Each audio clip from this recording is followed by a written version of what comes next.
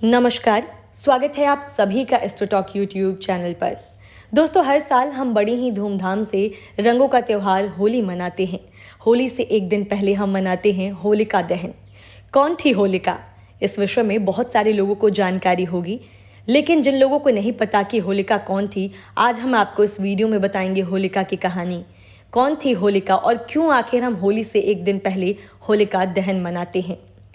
सतयुग में महर्षि कश्यप की कई पत्नियां थीं, जिनमें एक दिति भी थी। दिति के गर्भ से ही जन्मे बच्चों को दैत्यों की संज्ञा दी गई थी।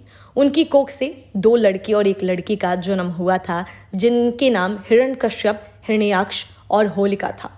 इनमें सबसे बड़ा हिरण्यकश्यप था। इन दोनों दैत्यों का वध भगवान विष्णु को अलग अलग अवतार लेकर करना पड़ा था, जिनमें से हिरण्याक्ष दैत्य का वध भगवान विष्णु के वराह अवतार ने, तो हिरण्यकश्यप दैत्य का वध नरसिंह अवतार ने किया था। होलिका ने भगवान ब्रह्मा की कड़ी तपस्या की और उनसे एक वरदान मिला उसे। दरअसल होलिका को भगवान ब्रह्मा से वरदान मिला था कि कोई भी आग उसे कभी जला नहीं पाएगी। इसी के साथ ब्रह्मा ने यह भी कहा था कि यह वरदान तभी प्रभावी होगा जब वो खुद अपनी रक्षा या दूसरों की भलाई करने के लिए इस वरदान को प्रयोग में लाएंगी। इस वरदान को पाकर होलिका बहुत खुश हो गई थी। तीनों लोग की आग भी उसे जलाकर भस्म नहीं कर सकती थी। होलिका के छोटे भाई हिरण्याक्ष का वध भगवान वराह के द्वारा हो चुका था। इसके बाद उसके बड़े भाई हिरण्यकश्यप ने भगवान ब्रह्मा से एक वरदान प्राप्त किया, जिस कारण कोई भी उसका वध नहीं कर सकता था। उसने तीनों लोकों पर आधिपत्य स्थापित कर लिया था और विष्णु को नकार दिया था। इसी के साथ उसने स्वयं को भगवान घोषित कर दिया। लेकिन उसके परिवार में उसका बेटा और होलिका का भतीजा प्रहलाद भगवान विष्णु का परम भक्त था। सभी उसके इस व्यवहार से बहुत दुखी रहते थे। हिरण्यकश्यप ने कई बार प्रहलाद का वध करने का प्रयास किया, लेकिन हर बार भगवान विष्णु के द्वारा उनके प्राणों की रक्षा कर ली जाती थी। एक दिन हिरण्यकश्यप इसी चिंता में डूबा हुआ था, तभी होलिका को एक विचार आया। वह अपने भाई के पास गई और उसके सामने एक प्रस्ताव रखा। कहा कि यदि वह प्रहलाद को अपनी गोद में बिठाकर अग्नि में बैठ जाए तो क्या होगा।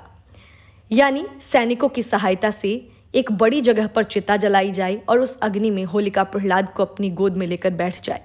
लेकिन उसे तो भगवान ब्रह्मा का वरदान मिला था, इसीलिए उसे कुछ नहीं होगा। लेकिन प्रहलाद उस अग्नि से निकलकर भाग ना पाए, इसके लिए वह उसे कस के पकड़ कर रखेगी ताकि वह वहीं जलकर भस्म हो जाए। हिरण्यकश्यप को यह प्रस्ताव पसंद आया और उसने ऐसा ही करने को कहा। इसके बाद हिरण्यकश्यप ने अपने सैनिकों को यह आदेश दिया। कुछ ही पलों में एक खाली जगह पर विशाल लकड़ी और घास फूस इकट्ठा किया गया और उसके बीचों बीच होलिका प्रहलाद को गोद में लेकर बैठ गई। इसके बाद हिरण्यकश्यप की आज्ञा के अनुसार उस चिता में आग लगा दी गई। आग लगते ही प्रहलाद हमेशा की तरह विष्णु विष्णु का नाम जपने लगा। जैसे ही अग्नि की आंच उन तक पहुंचने लगी, वैसे वैसे होलिका को उनकी तपन महसूस होने लगी। वह सोचने लगी कि क्यों आखिर अग्नि उसे जला रही है, क्योंकि उसे ऐसा अनुभव कभी नहीं हुआ था। अब अग्नि उन तक पहुंच चुकी थी और होलिका का शरीर उस अग्नि में जलने लगा था, तो वहीं प्रहलाद निश्चिंत होकर बैठा था और विष्णु विष्णु जपे जा रहा था। होलिका को यह देखकर बहुत गुस्सा आया और वह चीख चीख कर भगवान ब्रह्मा के दिए वरदान को झूठा बताने लगी। यह देखकर भगवान ब्रह्मा ने उसे दर्शन दिए और कहा कि यह वरदान देते समय उन्होंने उससे कहा था कि यह तभी प्रभावी होगा जब वह इसे खुद की रक्षा करने या दूसरों की भलाई करने के लिए प्रयोग में लाएगी। लेकिन वह इस वरदान का दुरुपयोग करेगी तो खुद निष्प्रभावी हो जाएगा ये वरदान। यह कहकर भगवान ब्रह्मा अंतर्ध्यान हो गए। वह अग्नि बहुत ही विशाल थी और होलिका चाहकर भी उस आग से निकल नहीं सकती थी। प्रहलाद की रक्षा तो स्वयं नारायण कर रहे थे, इसीलिए उसे कुछ नहीं हो रहा था।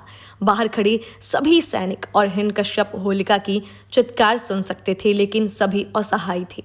देखते ही देखते होलिका का शरीर उस अग्नि में जलकर भस्म हो गया, जबकि भक्त प्रहलाद सकुशल बाहर आ गया। और तभी से हम बुराई पर अच्छाई की प्रतीक के रूप में होली से एक दिन पहले होलिका दहन मनाते हैं। तो उम्मीद करते हैं होलिका से जुड़ी ये कहानी आप सभी को पसंद आई होगी। अगर आई है तो जरूर आप इस वीडियो को लाइक करें, शेयर करें, चैनल को सब्सक्राइब करें और बेल आइकन का बटन भी प्रेस करें, क्योंकि ऐसी ही कहानियां हम आपको अपनी वीडियो के माध्यम से आगे भी सुनाते रहेंगे। नमस्कार।